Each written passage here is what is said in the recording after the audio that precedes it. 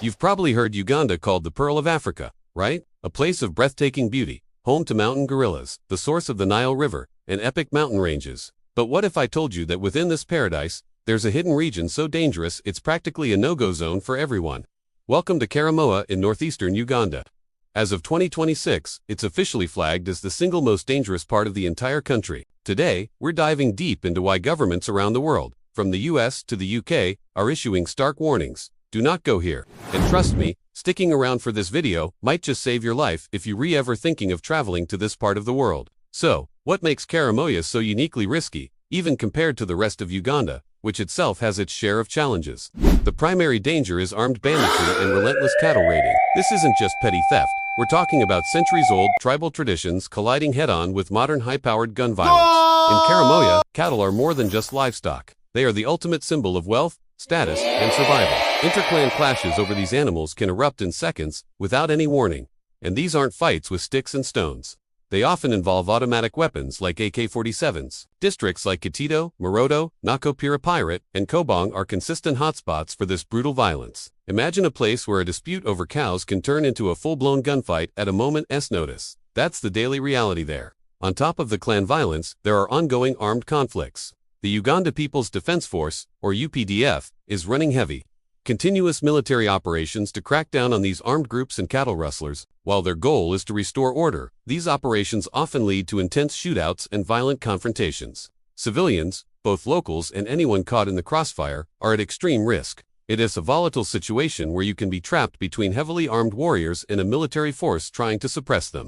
Even the local Karamoja people, who have lived there for generations, face daily threats to their lives. The landscape itself is filled with tension. The sound of gunfire is far too common. Now, let's talk about what happens if things go wrong. Karamoja is a vast, remote, and arid region. The infrastructure is incredibly weak. Roads are poor, communication is spotty, and access to any kind of emergency services is severely limited, if not completely non-existent in some areas. If you get injured, sick, or run into trouble, help is terrifyingly far away. To give you some perspective on this, even staff from the U.S. Embassy are not allowed to enter the Karamoja region without special high-level approval and a mandatory armed escort.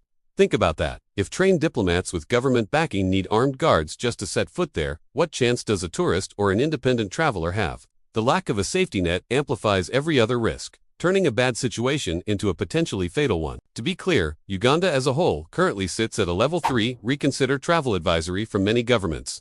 This is due to a variety of risks, including the threat of terrorism, particularly from groups like the ADF, who have conducted attacks near national parks and borders. There's also violent crime, like robberies and kidnappings in urban centers, and the political climate can be unstable. As seen with the post-election clashes in Kampala back in January 2026, the country also has notoriously harsh anti-LGBTQ laws, adding another layer of peril for some travelers.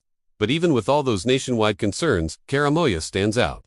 Every single major travel advisory from the US, UK, Australia, and Canada specifically singles out Karamoja for its extreme volatility. Let's look at the official warnings. The US State Department's advisory, issued in December 2025 and still active, explicitly states, the Karamoja region is volatile due to crime-related conflict. Armed confrontation can occur without warning. They strongly advise against all travel there. The Australian and Canadian governments echo this, urging citizens to avoid all non-essential travel to the districts north of Lake Karamoja, which covers the Karamoja region, because clashes can happen suddenly.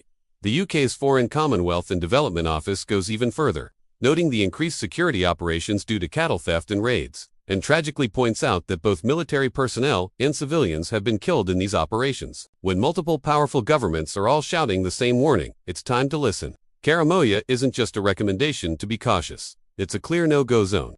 So, the message from us here at Kita07, and more importantly, from official government sources, is crystal clear. Do not visit Karamoja. The risks are simply too high. It's not a place for tourism, adventure, or exploration. The potential for getting caught in a violent raid, a military operation, or just being stranded without help is far too real. While the allure of experiencing a raw, untouched culture is understandable, your safety has to come first. Uganda offers so many other incredible, safer experiences. You can track gorillas in windy impenetrable forest, witness the power of Murchison Falls, or safari in Queen Elizabeth National Park all in areas that are monitored and have security infrastructure. The beauty of Uganda is undeniable, but the extreme dangers in Karamoja far outweigh any potential adventure. It raises a fascinating question though. How does a land of nomadic cattle herders, with rich and ancient traditions, become one of Africa's most lawless frontiers? It's a perfect storm, a combination of those ancient customs clashing with the modern world, exacerbated by prolonged drought which makes resources even scarcer. The widespread availability of illegal firearms flowing across porous borders, and a historical lack of effective government control in such a remote area. All these factors blend together to create a cycle of violence that very few outsiders can navigate safely, let alone escape from unscathed.